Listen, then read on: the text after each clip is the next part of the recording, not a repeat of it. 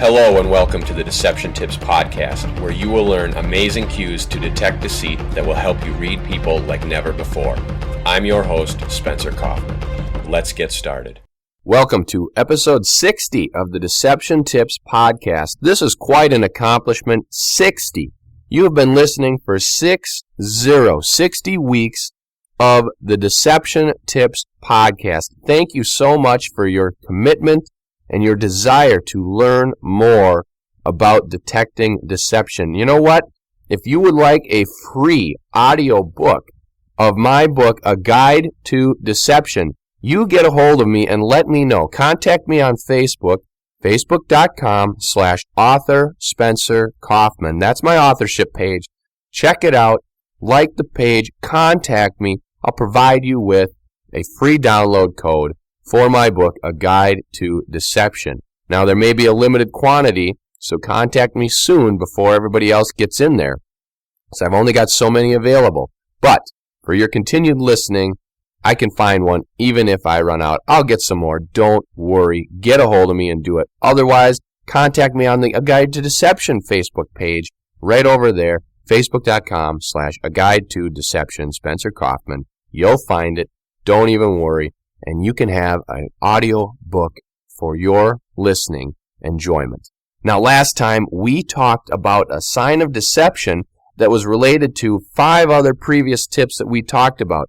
Now, it was just mentioned slightly in the 5 other tips, but except for one, episode 40, Take Up Space, that we talked about it heavily. So that what was it? Taking up space. We talked about how people who tend to tell lies will sit with their feet under them as a comfort gesture. Why? Well, because telling lies for most people is uncomfortable. Most people are not liars. Most people, well, they are liars. Everybody lies. Remember those stats. People tell a couple lies in 5 to 10 minutes of conversation. Some say they tell over 100 or 200 lies a day. That's a lot of lying. So we are liars. But most people are not natural, comfortable liars. They're not the pathological liars or the psychopaths, the sociopath type. When they lie, they feel that. They feel their conscience telling them that it's wrong. They have a moral compass guiding them. Therefore, when they lie, it's uncomfortable. Thus, they do a comfort gesture, such as hugging themselves, which we talked about, kind of like folding the arms in episode 1, or picking up their feet, sitting on their feet, or with their feet in the chair, kind of like a comfort gesture to provide them with that kind of a hug feeling, or the less space. Goes with taking up less space, episode 40. We've talked about with the ankles, how they can lock the ankles and back them away in episode 56. We also mentioned in episode 22 with the locked ankles. Now, all of those are similar to the take up less space, similar comfort gestures, because anytime they're locking an ankle, they're kind of pulling on it, they're giving tension. It's releasing stress, releasing tension, providing comfort. So that's what that is. Now, today we have another tip. We have a similar tip. I mentioned it last week, how that if you wanted to get ahead, you could take a look at the Deception Tips blog or the ebook or whatever, and you could kind of read up ahead and see which tip was the future one, the opposite of episode 40, Take Up Space. Well, convenient, it's episode 40, and now we're on episode 60, so that's good for you to remember the two that go together. 40 is Take Up Space, 60 is going to be kind of the opposite. It's dominating space. So whereas in episode 40, we talked about how liars will take up less space, in episode 60, we're going to talk about how non-liars take up more space. So confident people take up more space. Now, this goes hand in hand with what we talked about last week. Remember when I said typically you're going to see the girls sitting more on their feet or with their feet, whereas the guys aren't? Well, generally, guys are a little bit more confident than girls. Now, again, I'm not dogging anybody here. Guys are typically more confident. Now, whether you want that to be confident or arrogant is up to you. Girls are typically less confident. Whether you want it to be less confident or timid or weak or whatever is up to you. You guys, I know you can put your own words in there, but I'm saying it's confident and less confident, all right? Because that's what it is. That's the genetics. When a guy is around, he thinks guys are just like that. We think that, oh, yes, we can do it. We can do anything. We can do it. Usually we're a little bit more proud. Girls, they tend to say, oh, I want someone to help me with that, or I need help with that, or I don't know how to do it. That's how they are. Why is that? Well, it's because we were made like that to need each other. We're made for that due to the purposes of marriage. Guys and girls can be together like that, and the girl who is a little less confident, the guy who's a little more confident, they'll balance each other out, and they will always need each other. That's the little, marriage lesson in that. That's why it is that way. So I'm not dogging anything. It's just the way it is. So typically, you'll see this behavior more with guys. So here it is. Deception tip number 60. Confident people tend to dominate the space they occupy, whereas liars take up the least amount of space possible. Here it is again. Deception tip 60. Confident people tend to dominate the space they occupy, whereas liars take up the least amount of space possible. Now, this is important. Remember in episode 40 how we talked about liars take up less space. Well, this is something that is very interesting. In episode 40, we said, like when telling lies, people may curl up in an effort to take up as little space possible. Curling up, preventing other people from seeing the bodily leakage that may occur. So confident people, if unconfident people or liars want to take up less space to prevent others from seeing all of this, confident people who want to take up more space, what do they want? They want people to see them. Confident people like the spotlight. They want the audience. That's why they're so confident. They're confident that whatever they're doing and whatever they're saying is right and that people should listen. Now, I'm not saying overconfidence or arrogance here. That's foolishness. I'm saying confidence, as in knowing what's going on. You take a look at confident people, you look at people who are great leaders in the world. They're confident, but they're humble. Okay, I won't name any names. They're confident, but they're humble. They lead people. They are very influential, and they have a lot going for them. They're successful. People listen to them. People follow them. They know what they're doing, even though most people say they're crazy or they're nuts or they're insane or they need to stay off social media or whatever the case is. They know what they're doing, even though it appears like they don't. That is the curse and the blessing of confident entrepreneurial people. People like the leaders of huge companies, etc. Those types of people are the people who are confident. They take up a lot of space. They're in the spotlight. Now, that doesn't mean they don't lie. So keep that in mind. We're going to talk a lot more about it coming up right after this. Do you read the reviews on Amazon before making a purchase? Reviews help consumers find products that interest them.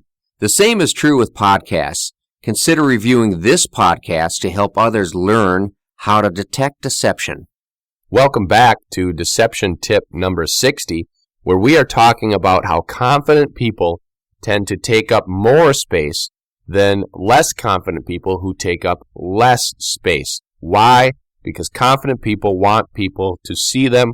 They want their message to be out there. They're confident in what they're doing, whereas the people who take up less space, such as people who lie, are not as confident in what they're saying. They don't believe it to be true because it's not. Therefore, they will take up less space to prevent other people from seeing the bodily leakage that happens. When people are confident, they like people to see because they have nothing to hide. That's the key right there. When people are telling the truth, they tend to be more confident in what they're saying. Why? Because they have nothing to hide. When someone is lying, they're clearly hiding something. It's by definition. When they're lying, they're not telling the truth. Therefore, what's being hidden? The truth. They are hiding the truth. So, when they're telling that lie, the conscious and the unconscious are fighting, as we've talked about before.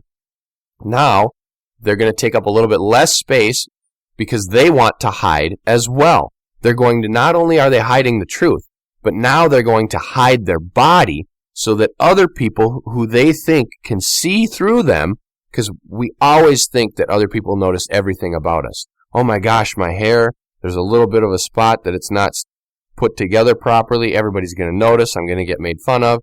No, you're not. Nobody will notice. Sorry. Don't be so full of yourself. No one notices that kind of stuff, okay?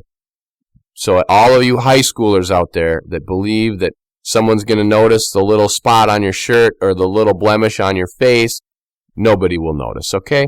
And if they do notice, they're not the type of person that you want to be hanging out with anyway, unless they're noticing for a good reason to help you out. But aside the point, most people do not notice all of these little things. So when people are lying and they take up less space and they think everybody's going to see through them, remember, most people in the general population cannot detect truth from falsity more than 50% of the time. That means for most people, reading others and getting to the truth, spotting deception, is a 50-50 chance. It's a guess. So, when someone is lying and they're curling up to try to hide, it's an unreasonable belief that other people are going to spot those lies. But that's a good thing because you now know how to spot that and you can see it. So you'll see when people are telling their story and they're curling up and taking up less space, something might be off. They're not very confident in what they're saying. Therefore, they could be lying. They clearly don't believe what they're saying. So if they're making some kind of a statement about how you should invest with them or how their company is great or their business is good or their job is awesome, probably not, because they're not confident. They do not believe what they're saying. So this isn't necessarily a direct lie, such as, did you steal my money? Yes, I did, or no, I didn't. Oh, I'm curling up. No. This is more of a character reference or an interview type question where someone is telling you something. They're trying to sell you something. Hey, this car is awesome. It's really good. I want you to buy it. There's no problems with it. I've replaced the brakes, the transmission, this, that. I've never had any issues. And they're curling up and you're like, well, wait a minute. You clearly don't believe that. It's a problem car. Why do you want to get rid of it? Oh, no, it's awesome. Well, probably not if you're curling up kind of like that. You're hiding information. Obviously, you're not going to tell them what I just said. Oh, no, probably not. You're curling up. No, you're just going to know that in your head that based on their behaviors, they do not believe exactly what they are saying. And you're going to poke and prod a little bit more to try to find the truth because they are hiding the truth and they are hiding themselves to prevent you from seeing that. So you need to open them back up and get at it. Now, on the other hand, confident people like this, they want to share this information. They're going to be up straight. They're going to be talking with their arms. They're going to be spread out. Their shoulders are going to be broad. They're going to be squared. They might even be moving a little bit. They'll be bobbing and weaving kind of. They might be hustling with their feet kind of up and down, moving back and forth, kind of like they're jiving. You know, they're going to be talking forcefully. They're going to be talking at you. They may not be talking with you. They'll be talking at you. They're going to be showing you things. They're going to be telling you things. They're going to be direct and forceful, and it's going to sound just like that. That's how they're going. As I was talking there, my hands are going. My shoulders are up. I'm square. I'm kind of moving back and forth. It's because when you're confident, you are delivering the message with your entire body. Your whole being believes what you are saying, and you are pushing it out there for them to absorb and take in the full effect. They're not only hearing your words, they're seeing you move, they're seeing your passion for this topic or for whatever it is, and they are fully understanding, wow, this guy believes what he's saying. He's so forceful, he's so impactful that I'm going to listen or I'm going to follow or this must be important. What's he saying? They're going to go through that in their mind like, what in the world? So that's why these confident and influential people, these public speakers, they move about the stage. They usually don't have a microphone in their hand. Why? Because they talk with their hands. They want to show you that they love whatever they're saying, whatever they're doing. Confident people dominate the space they occupy. They're walking around that stage. They're moving around. They're using their hands. They're using all the airspace around them. That whole personal bubble is like double what the size is because they're moving around in it. They are showing you their passion for that topic. They are confident in what they're saying. They're dominating that space. Whereas liars and timid people are curling up, hiding themselves, taking up less space. So, very easy to distinguish the difference, very easy to determine them. If you haven't listened to any of those old episodes that I've mentioned, I really encourage you to go back, listen to them. You can do so on deceptiontips.com, spencerkaufman.com, iTunes, anywhere. Listen to them and continue learning more and more about deception. I want to thank you for listening to the Deception Tips podcast. I hope that you'll share it with your friends, subscribe to the feed, check out the Deception Tips videos, the Deception Tips blog, and take a look at the books I have available.